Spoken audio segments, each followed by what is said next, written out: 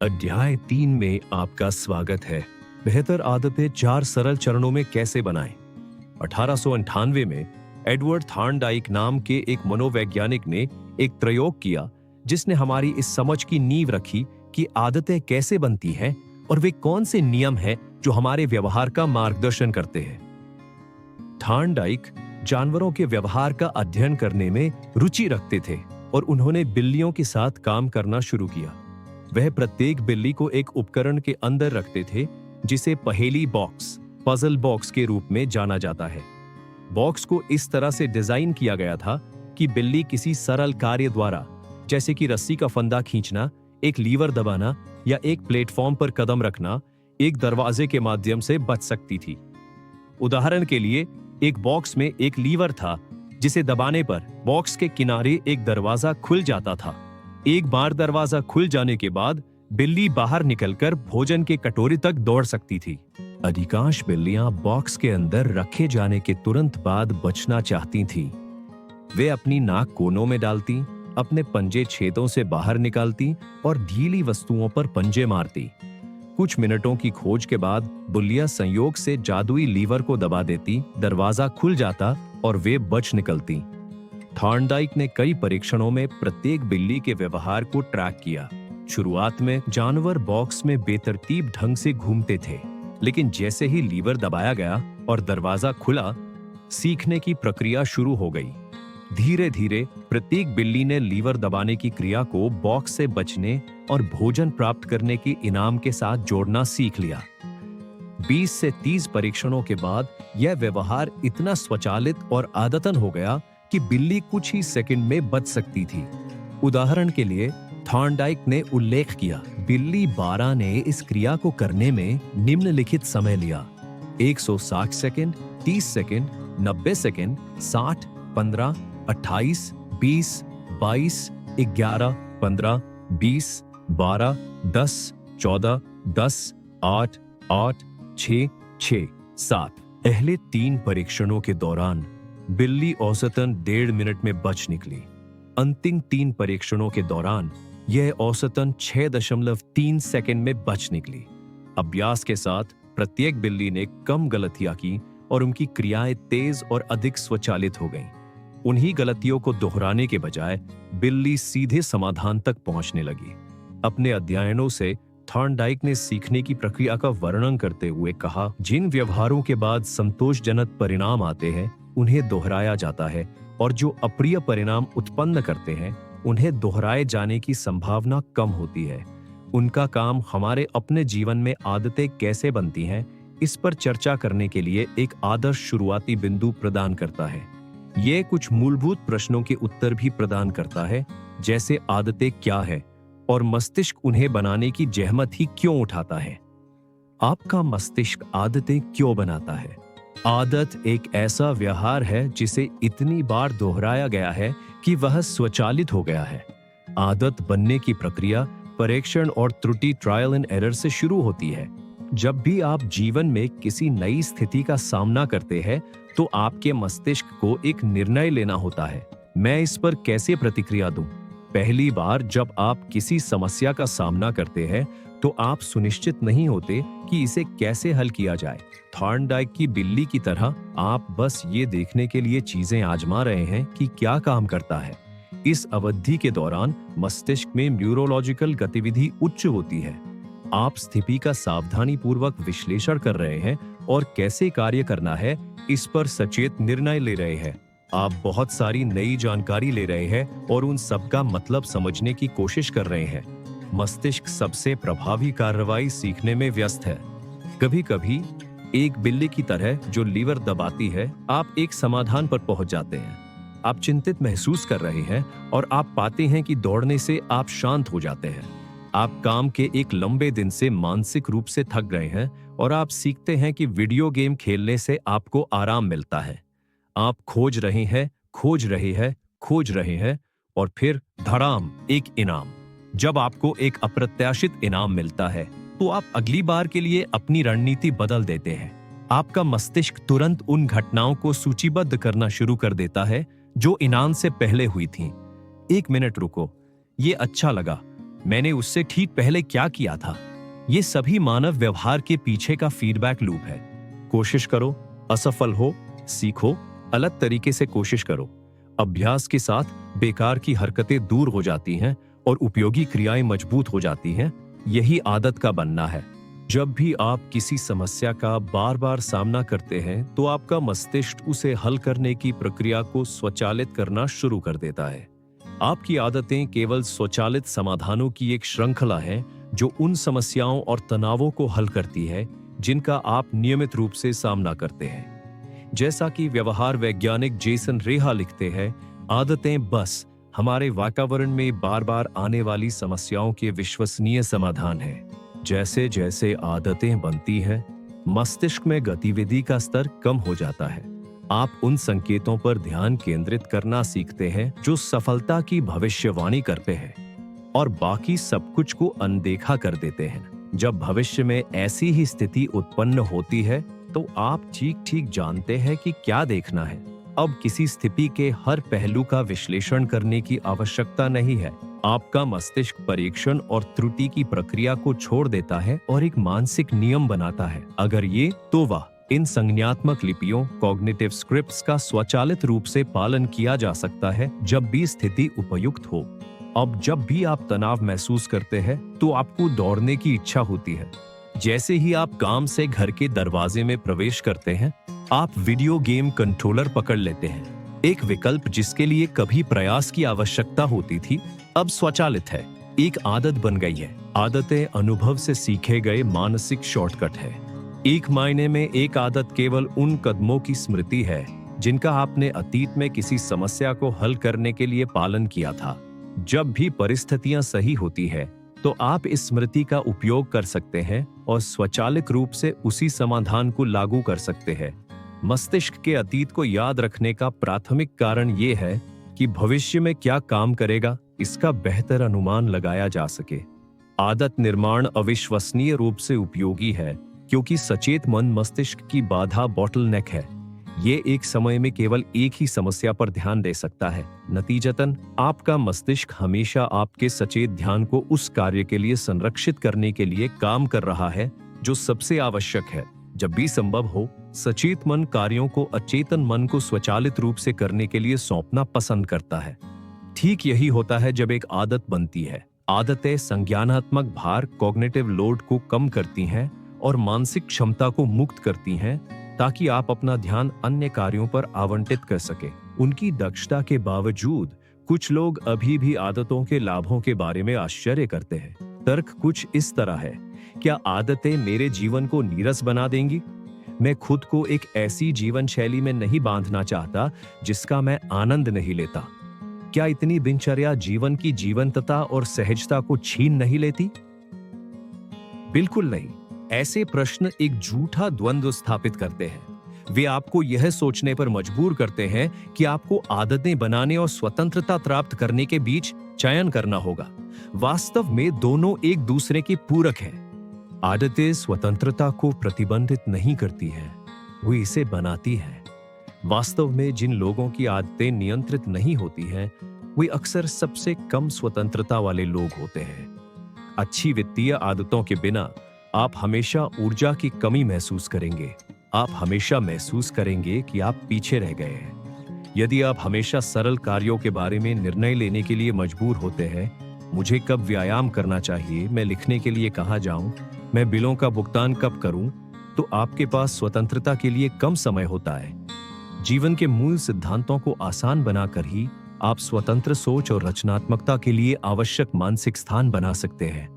इसके विपरीत, जब आपकी आदतें व्यवस्थित होती हैं और जीवन की मूल बातें संभाली और पूरी हो जाती हैं, तो आपका मन नई चुनौतियों पर ध्यान केंद्रित करने और समस्याओं के अगले सेट में महारत हासिल करने के लिए स्वतंत्र होता है। वर्तमान में आदतें बनाना आपको भविष्य में वह करने की अनुमति देता है जो आप अधिक चाहते हैं।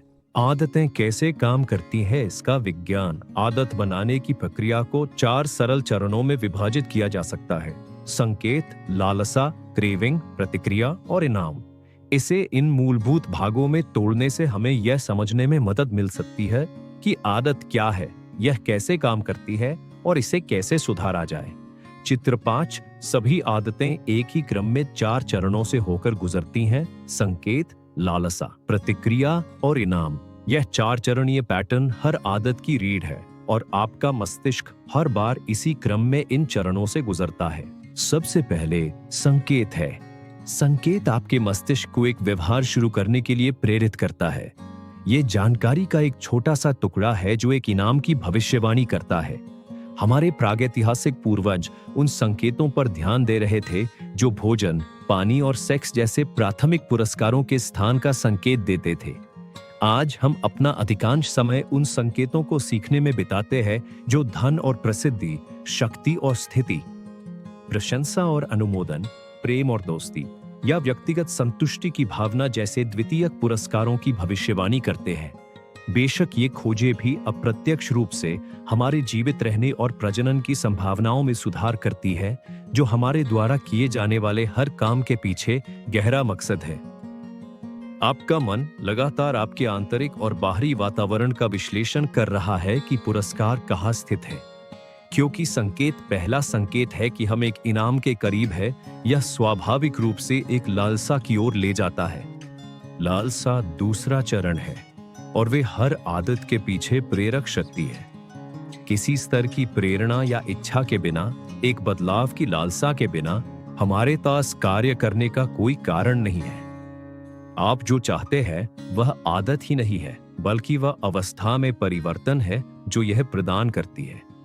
सिगरेट पीने की लालसा नहीं करते, आप इससे मिलने वाली राहत की भावना की लालसा करते हैं। आप अपने दांत ब्रश करने से प्रेरित नहीं होते, बल्कि एक साफ मुंह की भावना से प्रेरित होते हैं। आप टेलीविजन चालू नहीं करना चाहते, आप मनोरंजन करना चाहते हैं। हर लालसा आपकी आंतरिक स्थिति को बदलने की इच्छा से जुड़ी होती है। यह एक महत्वपूर्ण बिंदु है जिस पर हम बाद में विस्तार से चर्चा करेंगे। लालसा हर व्यक्ति में अलग अलग होती है। सिद्धांत रूप में जानकारी का कोई भी टुकड़ा एक लालसा को ट्रिगर कर सकता है, लेकिन व्यवहार में लोग समान संकेतों से प्रेरित नहीं होते हैं। एक जुआरी के लिए स्लॉट मशीनों की आवाज एक शक्तिशाली ट्रिगर हो सकती है जो इच्छा की एक तीव्र लहर पैदा करती है। किसी ऐसे व्यक्ति के लिए जो शायद ही कभी जुआ खेलता है, कैसीनो की झंकार और घंटियां सिर्फ पृष्ठभूमि का शोर है। संकेत तब तक अर्थहीन होते हैं जब तक उनकी व्याख्या नहीं की जाती। देखने वाले के विचार, भावनाएं और संवेग ही एक संकेत को लालसा में बदलते हैं। तीसरा चरण प्रतिक्रिया है। प्रतिक्रिया वह वास्तविक आदत है जिसे आप करते हैं जो एक विचार या क्रिया का रूप ले सकती है। प्रतिक्रिया होती है या नहीं, यह इस बात पर निर्भर करता है कि आप कितने प्रेरित हैं और व्यवहार से कितना घर्षण जुड़ा हुआ है। यदि किसी विशेष क्रिया के लिए आपकी इच्छा से अधिक शारीरिक या मानसिक प्रयास की आवश्यकता होती है, तो आप उसे नहीं करेंगे। आपकी प्रतिक्रिया आपकी क्षमता पर भी निर्भर करती है।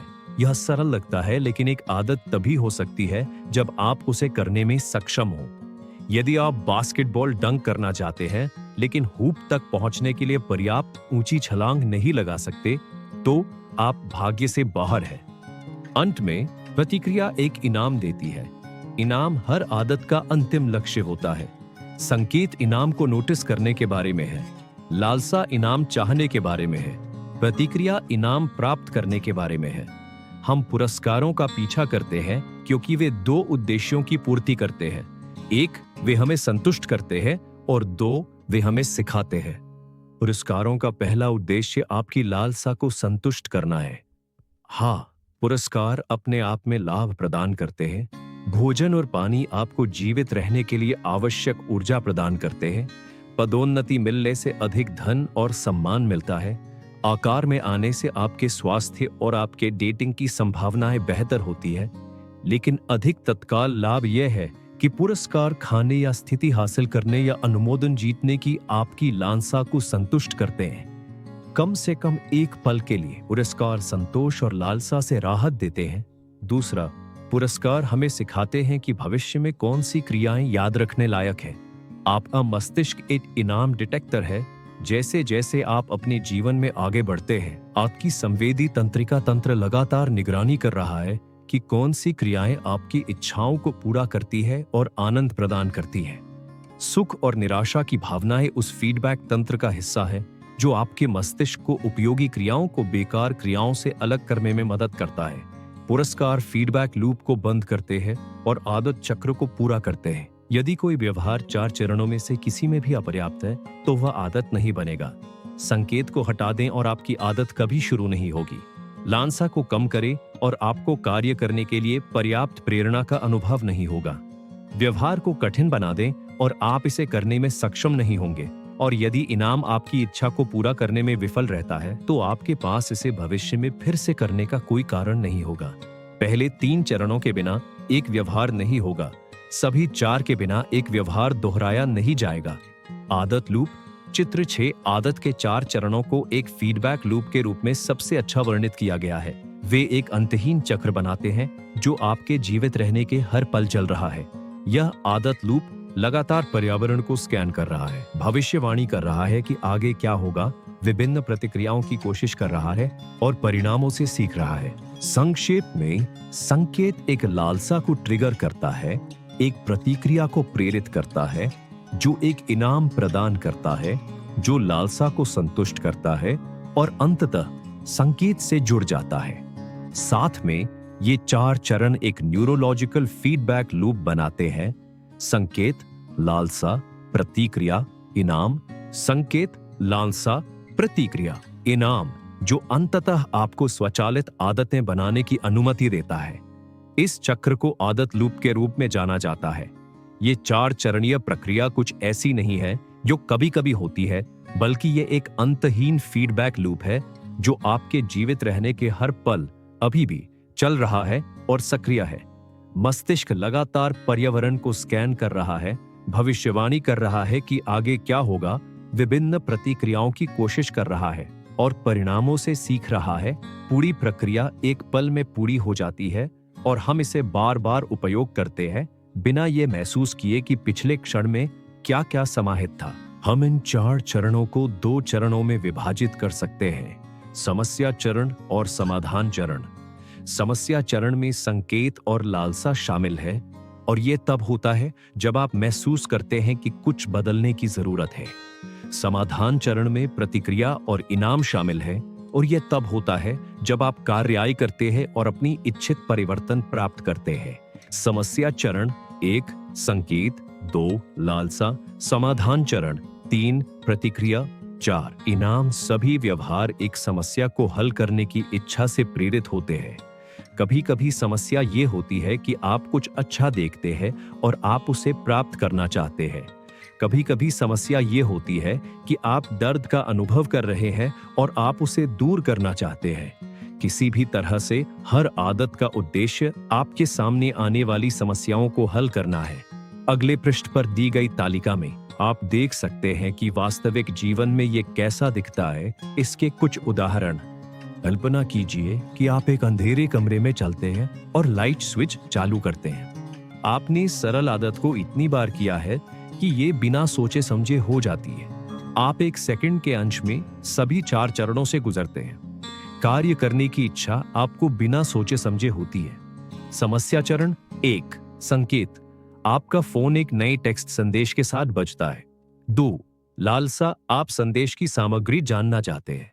समाधान चरण 3 प्रतिक्रिया, आप अपना फोन पकड़ते हैं और टेक्स्ट पढ़ते हैं। 4 इनाम, आप संदेश पढ़ने की अपनी लालसा को संतुष्ट करते हैं। फोन पकड़ना आपके फोन के बजने से जुड़ जाता है। समस्या चरण 1 संकेत, आप ईमेल का जवाब दे रहे हैं। 2 लालसा, तनावग्रस्त और अभिभूत महसूस करने लगते हैं। आप नियंत्रण में महसूस करना चाहते हैं। समाधान चरण 3 प्रतिक्रिया, आप अपने नाखून चबाते हैं। 4 इनाम, आप तनाव कम करने की अपनी लालसा को संतुष्ट करते हैं। नाखून चबाना ईमेल का जवाब देने से जुड़ जाता है। समस्या चरण 1 संकेत, आप जागते हैं। 2 लालसा, आप सतर्क महसूस करना चाहते हैं। समाधान चरण 3 प्रतिक्रिया, आप एक कप कॉफी पीते हैं। 4 इनाम, आप सतर्क महसूस करने की अपनी लालसा को संतुष्ट करते हैं। कॉफी पीना जागने से जुड़ जाता है। समस्या चरण 1 संकेत, आप अपने कार्यालय के पास सड़क पर चलते हुए एक डोनट की दुकान की गंध महसूस करते हैं। 2 लालसा, आप एक डोनट की लालसा करने लगते हैं। 3 प्रतिक्रिया, आप एक डोनट खरीदते हैं और उसे खाते हैं। चौथा, इनाम, आप एक डोनट खाने की अपनी लालसा को संतुष्ट करते हैं। डोनट खरीदना आपके कार्यालय के पास सड़क पर चलने से जुड़ जाता है। समस्या चरण 1, संकेत, आप काम पर एक परियोजना में एक बाधा का सामना करते हैं। 2, फंसा हुआ महसूस करते हैं और अपनी निराशा को दूर करना चाहते हैं। समाधान चरण, प्रतिक्रिया, आप अपना फोन निकालते हैं और सोशल मीडिया देखते हैं। चौथा, इनाम, आप राहत महसूस करने की अपनी लालसा को संतुष्ट करते हैं। सोशल मीडिया देखना काम पर अटके हुए महसूस करने से जुड़ जाता है। समस्या चरण 1, संकेत, आप एक अंधेरे कमरे में चलते हैं। 2, लालसा, आप देख पाना चाहते हैं। समाधान चरण 3, प्रतिक्रिया, आप लाइट स्विच चालू करते हैं। 4, इनाम, आप देखने की अपनी लालसा को संतुष्ट करते हैं। लाइट स्विच चालू करना एक अंधेरे कमरे में होने से जुड़ जाता है। जब तक हम वयस्क हो जाते हैं, हम शायद ही उन आदतों पर ध्यान देते हैं जो हमारे जीवन को चला रही है। हम में से अधिकांश लोग इस तथ्य पर कभी दूसरा विचार नहीं करते हैं कि हम हर सुबह एक ही जूते को पहले बांधते हैं, या प्रत्येक उपयोग के बाद टोस्टर को अनप्लग करते हैं, या काम से घर आने के बाद हमेशा आरामदायक कपड़ों में बदल जाते हैं। दशकों की मानसिक प्रोग्रामिंग के बाद हम स्वचालित रूप से सोचने और कार्य करने के इन पैटर्न में फिसल जाते हैं। व्यवहार परिवर्तन के 4 नियम, निम्नलिखित अध्यायों में हम बार बार देखेंगे कि कैसे संकेत, लालसा, प्रतिक्रिया और इनाम के 4 चरण लगभग हर उस चीज को प्रभावित करते हैं जो हम हर दिन करते हैं। लेकिन इससे पहले कि हम ऐसा करें, हमें इन 4 चरणों को एक व्यवहारिक ढांचे में बदलने की जरूरत है, जिसका उपयोग हम अच्छी आदतें बनाने और बुरी आदतों को खत्म करने के लिए कर सकते हैं। मैं इस ढांचे को व्यवहार परिवर्तन के 4 नियम कहता हूं, और ये अच्छी आदतें बनाने और बुरी आदतों को तोड़ने के लिए नियमों का एक सरल सेट प्रदान करता है। आप प्रत्येक नियम को एक लीवर के रूप में सोच सकते हैं जो मानव व्यवहार को प्रभावित करता है। जब लीवर सही स्थिति में होते हैं तो अच्छी आदतें बनाना सहज होता है। जब वे गलत स्थिति में होते हैं तो ये लगभग असंभव होता है। एक अच्छी आदत कैसे बनाएं? पहला नियम संकेत, इसे स्पष्ट बनाएं। दूसरा नियम लालसा, इसे आकर्षक बनाएं। तीसरा नियम प्रतिक्रिया, इसे आसान बनाएं। चौथा नियम इनाम, इसे संतोषजनक बनाएं। हम इन नियमों को उलट सकते हैं ताकि ये सीख सकें कि एक बुरी आदत को कैसे तोड़ा जाए। एक बुरी आदत कैसे तोड़ें? पहले नियम का उल्टा संकेत, इसे अदृश्य बनाएं। दूसरे नियम का उल्टा लालसा, इसे अनाकर्षक बनाएं। तीसरे नियम का उल्टा प्रतिक्रिया, इसे मुश्किल बनाएं। चौथे नियम का उल्टा इनाम, इसे असंतोषजनक बनाएं। यह दावा करना मेरे लिए गैर जिम्मेदाराना होगा कि ये 4 नियम किसी भी मानव व्यवहार को बदलने के लिए एक संपूर्ण ढांचा है, लेकिन मुझे लगता है कि वे इसके करीब है। जैसा कि आप जल्द ही देखेंगे, व्यवहार परिवर्तन के 4 नियम लगभग हर क्षेत्र में लागू होते हैं। खेल से लेकर राजनीति तक, कला से लेकर चिकित्सा तक, कॉमेडी से लेकर प्रबंधन तक। इन नियमों का उपयोग किया जा सकता है चाहे आप किसी भी चुनौती का सामना कर रहे हो। प्रत्येक आदत के लिए पूरी तरह से अलग रणनीतियों की कोई आवश्यकता नहीं है। जब भी आप अपना व्यवहार बदलना चाहते हैं तो आप बस खुद से पूछ सकते हैं, 1, मैं इसे स्पष्ट कैसे बना सकता हूं? 2, मैं इसे आकर्षक कैसे बना सकता हूं? 3, मैं इसे आसान कैसे बना सकता हूं? 4, मैं इसे संतोषजनक कैसे बना सकता हूं? यदि आपने कभी सोचा है, मैं वह क्यों नहीं करता जो मैं कहता हूं कि मैं करने जा रहा हूं? वजन कम क्यों नहीं करता? या धूम्रपान बंद क्यों नहीं करता? या सेवानिवृत्ति के लिए बचत क्यों नहीं करता? या वह साइड बिजनेस क्यों नहीं शुरू करता? मैं क्यों कहता हूं कि कुछ महत्वपूर्ण है लेकिन उसके लिए कभी समय नहीं निकाल पाता? उन सवालों के जवाब इन 4 नियमों में कहीं मिल सकते हैं। अच्छी आदतें बनाने और बुरी आदतों को तोड़ने की कुंजी इन मूलभूत नियमों को समझना और उन्हें अपनी विशिष्टताओं के अनुसार बदलना है। हर लक्ष्य विफल होने के लिए अभिशप्त है, यदि वह मानव स्वभाव के खिलाफ जाता है। आपकी आदतें आपके जीवन की प्रणालियों द्वारा आकार लेती है। निम्नलिखित अध्यायों में हम इन नियमों पर एक एक करके चर्चा करेंगे और दिखाएंगे कि आप उनका उपयोग एक ऐसी प्रणाली बनाने के लिए कैसे कर सकते हैं जिसमें अच्छी आदतें स्वाभाविक रूप से उभरती है और बुरी आदतें मुरझा जाती हैं। तो फिर मिलते हैं अगले अध्याय में। धन्यवाद। अगर आपको यह ऑडियो अच्छी लगी हो तो लाइक जरूर करें और चैनल को सब्सक्राइब करें। आपका हर सपोर्ट मुझे नए और बेहतर कंटेंट बनाने के लिए प्रेरित करता है।